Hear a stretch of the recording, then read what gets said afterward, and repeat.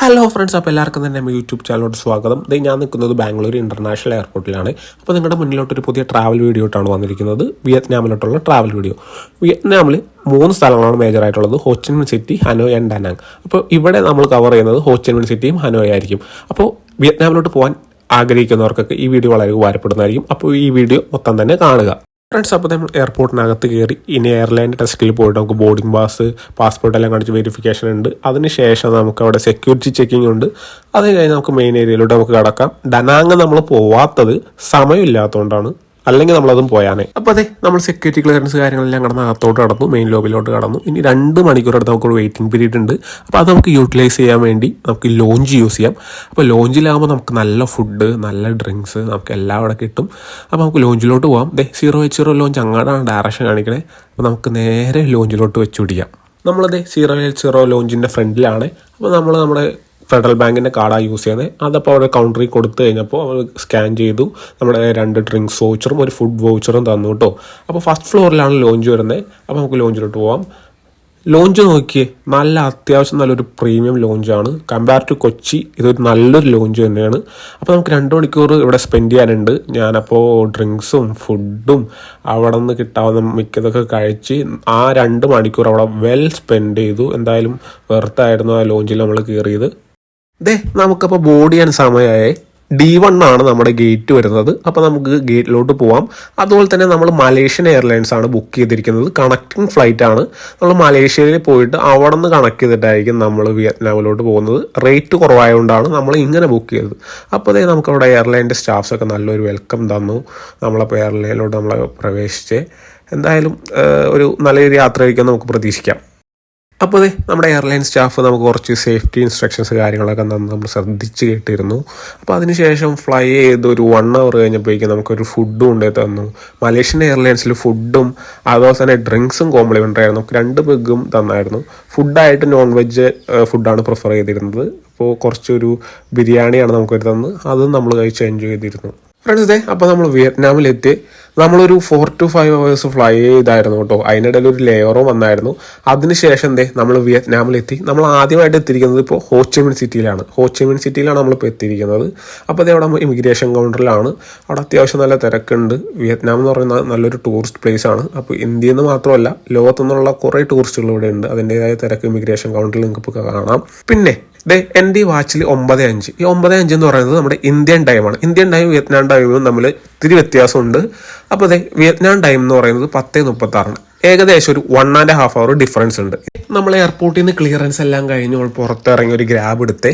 Grab എന്ന് പറയുമ്പോൾ നമ്മുടെ നാട്ടിലെ ഒല ഊബറൊക്കെ പോലെ വണ്ടി ടാക്സി ബുക്ക് ചെയ്യാനായിട്ടുള്ള ഒരു ആപ്ലിക്കേഷനാണ്. അത് ഉപയോഗിച്ചിട്ടാണ് നമ്മളും ഇവിടെ ബുക്ക് ചെയ്തിരിക്കുന്നത് ഒരു ടാക്സി. റേറ്റും കുറവായിരിക്കും, അതുപോലെ തന്നെ സേഫ്റ്റിയും ഉണ്ടാവും. ഇവിടെ ഗ്രാബ് യൂസ് ചെയ്ത് നമുക്ക് ഫുഡും ഓർഡർ ചെയ്യാം. നമ്മളപ്പോൾ നമ്മുടെ റൂമിലോട്ടാണ് പോയിക്കൊണ്ടിരിക്കുന്നത്. അപ്പോൾ നമ്മളിപ്പോൾ വിയറ്റ്നാമിൽ ഹോച്ചിമിൻ സിറ്റിയിലാണ്. നമ്മുടെ ഹോട്ടലിലെത്തി. ഹോട്ടലിൽ പാസ്പോർട്ടിൻ്റെ ഡീറ്റെയിൽസ് എല്ലാം കാര്യങ്ങളൊക്കെ കൊടുത്ത് ഇവിടെ ചെക്ക് ഇൻ ചെയ്തു. നല്ലൊരു പ്രീമിയം തന്നെ എടുത്തിരിക്കുന്നത് ഹോട്ടലിൽ. കാരണം നല്ല ക്ഷീണമുണ്ട്, നന്നായിട്ട് റെസ്റ്റ് എടുക്കാൻ വേണ്ടിയിട്ട്. ബാക്കിയുള്ള ദിവസത്തെ ഹോട്ടലുകളൊന്നും ബുക്ക് ചെയ്തിട്ടില്ല. എല്ലാം വന്ന വഴിക്ക് നോക്കാമെന്ന് വെച്ചിട്ടാണ്. പിന്നെ നാട്ടിൽ ഒരു 100 രൂപ, അതായത് ഇന്ത്യൻ കറൻസി 100 രൂപ, ഇവിടുത്തെ ഒരു 30,000 രൂപ അടുത്ത് വരും. അത്രയും ഡിഫറൻസ് ഉണ്ട്. അത്രയും ചീപ്പാണ് ഇവിടെ സാധനങ്ങളും എല്ലാം. പിന്നെ നിങ്ങൾ നോക്കിയേ ആ ഹോച്ചിമിൻ സിറ്റി, ആ ഒരു നഗരം നോക്കിയേ, നല്ലൊരു വൃത്തിയുണ്ട്. അതുപോലെ തന്നെ അതിന് ട്രാഫിക് കാര്യങ്ങളൊന്നും ഇപ്പം ഇല്ല. എന്തായാലും കൊള്ളാം. നമ്മൾ ഇന്ന് പോകുന്നത് സൂചി ടൗണിലോട്ടായിരിക്കും. ഇന്ന് സൂചി ടൗണിലും വാക്കിംഗ് സ്ട്രീറ്റ് ആയിരിക്കും കവർ ചെയ്യുന്നത്. അപ്പോൾ നമുക്ക് റെസ്റ്റ് എടുത്തതിന് ശേഷം അങ്ങോട്ടേക്കൊക്കെ പോവാം. വിയറ്റ്നാമിനെ പറ്റി പറയുകയാണെന്നുണ്ടെങ്കിൽ നിങ്ങൾക്ക് കാണാം democratic republic of Vietnam Hanoi എന്നും റിപ്പബ്ലിക് ഓഫ് വിയറ്റ്നാം സൈഗോൺ എന്നൊക്കെ മാപ്പിൽ കാണാം. ഇങ്ങനെ വിയറ്റ്നാം 2ആയിട്ട് വിഭജിച്ച് കിടക്കണമായിരുന്നു. ഈ സമയത്താണ് അവിടെ ഒരു വാർ നടക്കുന്നത്. സൗത്ത് വിയറ്റ്നാമും നോർത്ത് വിയറ്റ്നാമും തമ്മിൽ. നോർത്ത് വിയറ്റ്നാമിന്റെ കൂടെ സോവിയറ്റ് യൂണിയനും ചൈനയും കമ്മ്യൂണിസ്റ്റ് രാജ്യങ്ങളും കൂടി ചേരുകയും, അതുപോലെ തന്നെ സൗത്ത് വിയറ്റ്നാമിന്റെ കൂടെ യുണൈറ്റഡ് സ്റ്റേറ്റ്സും അതുപോലെ തന്നെ ആന്റി കമ്മ്യൂണിസ്റ്റ് രാജ്യങ്ങളും കൂടി ചേർന്നുകൊണ്ട് അവിടെ ഒരു യുദ്ധം നടക്കുകയുണ്ടായി. നോർത്ത് വിയറ്റ്നാം എന്ന് പറയുന്നത് ഹോച്ചിമിൻ സിറ്റി, അതിന്റെ പഴയ പേരാണ് സൈഗോൺ. അതുപോലെ തന്നെ സൗത്ത് വിയറ്റ്നാം എന്ന് പറയുന്നത് ഹനോയ്. അപ്പോൾ ഇവർ തമ്മിലായിരുന്നു യുദ്ധം നടന്നത്. ഈ യുദ്ധത്തിന്റെ സമയത്ത് ഹോച്ചിമിൻ സിറ്റി, പഴയ സൈഗോൺ ഉപയോഗിച്ചിരുന്ന ഒരു യുദ്ധമുറയായിരുന്നു ഈ സൂചി ടണൽ എന്ന് പറയുന്നത്. ഈ സൂചി ടണൽ ഉപയോഗിച്ചുകൊണ്ടായിരുന്നു നോർത്ത് വിയറ്റ്നാം യുദ്ധം ചെയ്തുകൊണ്ടിരുന്നത്. അപ്പോൾ നമുക്ക് അത് കാണാനായിട്ട് പോവാം. അപ്പോൾ ഹോച്ചിൻമിൻ സിറ്റിയിൽ നിന്ന് സൂചി ടണലിലോട്ട് അത്യാവശ്യം ദൂരമുണ്ട്. ഇത് അത്ര ടൗണിലല്ല, ഹോച്ചിൻമിൻ സിറ്റിയിൽ നിന്ന് തിരി നീങ്ങിയാണ്. അപ്പോൾ അതേ നോക്കി അവിടുത്തെ ഒരു 3D മോഡലൊക്കെ നോക്കി സൂചി ടണലിൽ ഇതൊക്കെ നമുക്ക് ഇവിടെ വരുമ്പോൾ കാണാം. അപ്പോൾ ഇവിടെ എൻട്രൻസ് ടിക്കറ്റ് ഉണ്ട്. എൻട്രൻസ് ടിക്കറ്റ് എടുത്തിട്ടാണ് നമ്മൾ അകത്ത് കയറിയത്. എന്തായാലും വിയറ്റ്നാമിൽ വരുമ്പോൾ നിങ്ങൾ സൂചി ടണലിൽ കാണാതെ പോകരുത്, കാരണം അത്രയേറെ ചരിത്രപരമായിട്ട് പ്രാധാന്യമുള്ളൊരു സ്ഥലമാണ്. അപ്പോൾ ഈ സൂചി ടണലിലെ കാഴ്ചകളൊക്കെ നമുക്ക് നടന്ന് കാണാം. നോക്കി ഒരു ട്രാപ്പ് നോക്കി, ഇതുപോലത്തുള്ള പല പല ട്രാപ്പുകളായിരുന്നു നമ്മുടെ സൂചി ടണലിൽ. ഒരു ടണലിൽ ഒരു വീഡിയോ കാണിച്ചു തരാം. ഇത് നോക്കിയാൽ ഒരു ചേച്ചി ഇറങ്ങി വന്നിട്ടുണ്ട്. ഒരു ടണലിനകത്ത് നിന്ന് ആ ചേച്ചി പൊങ്ങി വന്നേക്കണേ. ഈ ഒരു ടണൽ എന്ന് പറയുമ്പോൾ 250 കിലോമീറ്റർ അടുത്തും ദൂരം ഉണ്ടായി. അപ്പോൾ ഒരു ചെറിയൊരു പോർഷൻ മാത്രമാണ് ഇപ്പോൾ ടൂറിസ്റ്റിന് വേണ്ടി ഓപ്പൺ ആയി കൊടുത്താണ്. അപ്പോൾ ഇത്രയും വലിയൊരു ടണലിലാണ് ഇവർ യുദ്ധം നടത്തിയിരുന്നത്. നോക്കി, US-ന്റെ ഒരു ടാങ്കറാണ്. ഇതൊക്കെ ഒരു ആ സമയത്ത് പിടിച്ചെടുത്താണ്. ഒരു വിയറ്റ്നാം ലേഡിയുടെ ഒരു പ്രതിമയും നമുക്ക് കാണാം. ഇതേ ഒരു ടണലിൽ ഉപയോഗിച്ചുകൊണ്ടിരുന്ന ഓരോരോ ട്രാപ്പുകളാണ്. ഈ ട്രാപ്പുകളുടെ മുകളിൽ മണ്ണ് മേലേക്ക് ഇടുന്നതുകൊണ്ട് എതിരാളികൾക്ക് അത് മനസ്സിലാവില്ല. അപ്പോൾ അവരുടെ കാലും കൈനകത്തോട്ട് പോയി തിരിച്ചെടുക്കാൻ പറ്റാത്ത രീതിയിലുള്ള ട്രാപ്പുകളാണ്. അതുപോലെ തന്നെ ആള് തന്നെ അകത്തോട്ട് പോകുന്ന ട്രാപ്പുകളൊക്കെ നിങ്ങൾ നേരത്തെ കണ്ടതാണ്. അപ്പോൾ ഇതിനകത്തൊക്കെ പോയി കഴിഞ്ഞാൽ ഒന്നില്ലെങ്കിൽ അയാൾക്ക് പിന്നെ നടക്കാൻ പറ്റാതെയും, അല്ലെങ്കിൽ ആള് മരിച്ചു. അതുപോലത്തുള്ള ട്രാപ്പുകളാണ് ഇവർ ഉപയോഗിച്ചുകൊണ്ടിരുന്നത്. ഇതുപോലൊരു യുദ്ധമുറ വേറെ രാജ്യക്കാർ ഉപയോഗിച്ചതായിട്ട് എൻ്റെ അറിവിലില്ല. എന്തായാലും ഒരു വ്യത്യസ്തമായിട്ടുള്ളൊരു യുദ്ധമുറ ഇത് ഉപയോഗിച്ചത് കൊണ്ട് മാത്രമായിരിക്കാം ചിലപ്പോൾ ഈ US-നെതിരെ നോർത്ത് വിയറ്റ്നാമിന് വിജയിക്കാൻ സാധിച്ചത്. പിന്നെ നമുക്ക് ഇതുപോലത്തുള്ള mission gun AK-47, M16, M17 എന്നുള്ളൊരു ഗണ്ണുകളൊക്കെ ഉപയോഗിച്ചിട്ട് നമുക്ക് ഷൂട്ട് ചെയ്യാനുള്ള ഒരു ഓപ്ഷൻ അവിടെ ഉണ്ടായിരുന്നു. ഏകദേശം ഒരു $20 ഇവിടുത്തെ നാട്ടിലെ ഒരു 2000 രൂപയൊക്കെ എടുത്ത് വരുള്ളൂ ഈ ഷൂട്ടിങ്ങിന്. അപ്പോൾ നമുക്കത് ചെയ്യായിരുന്നു വേണമെങ്കിൽ. എനിക്കത് താല്പര്യം ഉണ്ടായില്ല, ഞാനത് ചെയ്തില്ല. അങ്ങനെ താല്പര്യമുള്ളവർക്ക് ഇവിടെ ചെയ്യാനുള്ളൊരു ഓപ്ഷനുണ്ട്. അത് റിയൽ ഗണ്ണാണ്. അപ്പോൾ ശരിക്കും നമുക്കൊരു റിയൽ ഗണ്ണൊക്കെ ഉപയോഗിച്ച് ഷൂട്ട് ചെയ്യണമെന്നുള്ളവർക്ക് ഇവിടെ ഒന്ന് ഷൂട്ട് ചെയ്യുകയും ചെയ്യാം. അപ്പോൾ അതൊക്കെയായിരുന്നു നമ്മുടെ സൂചിട്ടാനുള്ള കാഴ്ചകൾ. അപ്പോൾ നമ്മൾ സൂചിട്ടാനുള്ള കാഴ്ചകളൊക്കെ കണ്ട് നമ്മൾ നേരെ തിരിച്ച് റൂമിലോട്ട് പോകുന്നു. റൂമിൽ വന്ന് കുറച്ച് നേരം റെസ്റ്റ് എടുത്തു. തിരിച്ചും ഗ്രാബിന് തന്നെയാണ് വന്നത്. അപ്പോൾ നമുക്കിനി രാത്രി നമ്മൾ പോകുന്നത് വാക്കിംഗ് സ്ട്രീറ്റിലോട്ടാണ്. പട്ടായയിൽ മാത്രമല്ല ഇവിടെയും ഉണ്ട് വാക്കിംഗ് സ്ട്രീറ്റിൽ. അപ്പോൾ നമ്മൾ അങ്ങാട് നടന്നുകൊണ്ടിരിക്കുകയാണ്. എന്തായാലും ഈ ഒരു രാത്രിത്തെ കാഴ്ചകളുണ്ടാവുള്ള കാഴ്ചകളൊക്കെ നിങ്ങൾക്ക് കാണിച്ചു തരാവേ. അപ്പോൾ നമ്മൾ നടന്നൊരു സൂപ്പർ മാർക്കറ്റിൻ്റെ ഫ്രണ്ടിലെത്തി. അപ്പോൾ ഞാൻ നിങ്ങളോട് നേരത്തെ പറഞ്ഞായിരുന്നു ഇവിടെ നാട്ടിലൊരു 100 എന്ന് പറയുമ്പോൾ ഇവിടുത്തെ ഒരു 30,000 രൂപ വിലയുണ്ടെന്ന്. കമ്പാരിറ്റീവ്ലി ഇന്ത്യ ഇവിടുത്തെ സാധനങ്ങളൊക്കെ റേറ്റ് കുറവാണ്.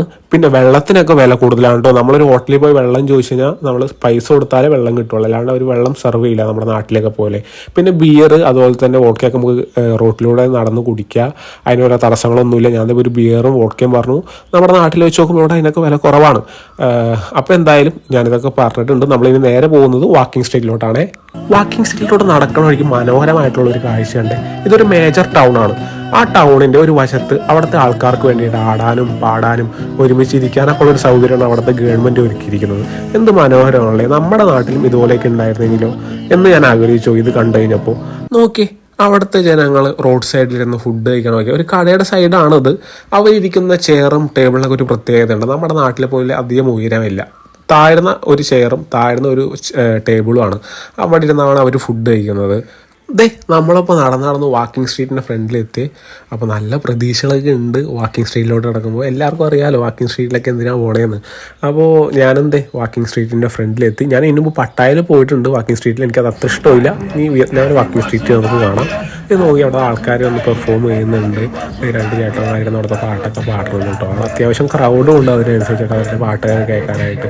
എന്തായാലും കൊള്ളാം. ഇതുപോലത്തെ ഒരു കാഴ്ചയൊന്നും ഞാൻ പട്ടായയിൽ കണ്ടിട്ടില്ല. അവിടെ ഫുള്ള് കുറേ ഇന്ത്യക്കാർ തന്നെയാണ് അവർ കൂടുതൽ. അവരൊന്നും നമുക്ക് ഇവിടെ പബ്ബുണ്ട്, അവിടെ പോകാൻ ആൾക്കാരെ വിളിച്ചിട്ടുണ്ട്. അതുപോലത്തെ സിറ്റുവേഷൻ എന്തായാലും കാണാനില്ല. പിന്നെ നിറച്ച് ഡാൻസ് ബാറും അതുപോലെ തന്നെ നല്ല ക്രൗഡും ഉണ്ട് കേട്ടോ.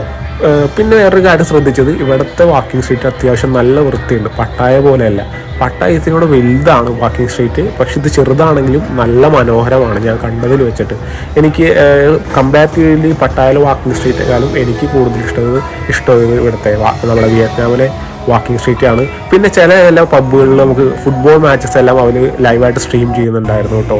പിന്നെ നമുക്ക് ഇവിടുത്തെ ലൈവ് പെർഫോമൻസും നമുക്ക് കാണാം. അതേ നോക്കി അവിടെ ഒരു ബാൻഡ് അവിടെ നിന്ന് പെർഫോം ചെയ്യുന്നുണ്ട്. നല്ലൊരു ഇംഗ്ലീഷ് സോങ് ആണ് അവർ അവിടെ പാടുന്നത് കേട്ടോ. നല്ല രസമുണ്ട്, നമുക്കത് കേൾക്കാൻ രസമുണ്ട്. അവിടെ അത്യാവശ്യം നല്ല ഓഡിയൻസും ഉണ്ട്. മെയിനായിട്ട് ഇവിടെ പുറത്തുനിന്നുള്ള ഫോറിനേഴ്സ്, അമേരിക്ക, അതുപോലെ തന്നെ ഫ്രാൻസ്, അതുപോലെ തന്നെ പല രാജ്യങ്ങളിൽ ആൾക്കാർ വരുന്നുണ്ട്. ഇത് നോക്കി നല്ലൊരു പെർഫോമൻസ്, അത് കേൾക്കാനും അതുപോലെ തന്നെ അവിടെ ഓരോരുത്തർ ഡാൻസും കളിക്കുന്നുണ്ട്. നമുക്കും ഭയങ്കര സന്തോഷം ഇതെല്ലാം കണ്ടു കഴിഞ്ഞപ്പോൾ. ഇതുപോലൊരു കാഴ്ചയൊന്നും എന്തായാലും പട്ടായയിലില്ല. ഇതുപോലത്തെ ഒരു പെർഫോമൻസ് ഒന്നും ഞാൻ പട്ടായയിൽ കണ്ടിട്ടില്ല.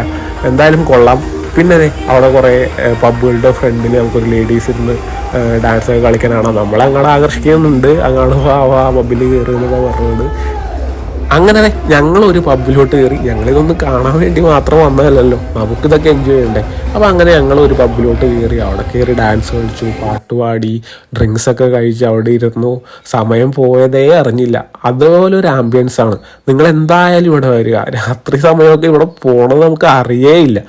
ഞാൻ പട്ടായ വെച്ച് നോക്കുകയാണെന്നുണ്ടെങ്കിൽ എനിക്ക് കൂടുതൽ ഇഷ്ടമായത് വിയറ്റ്നാമിലെ വാക്കിംഗ് സ്ട്രീറ്റാണ്.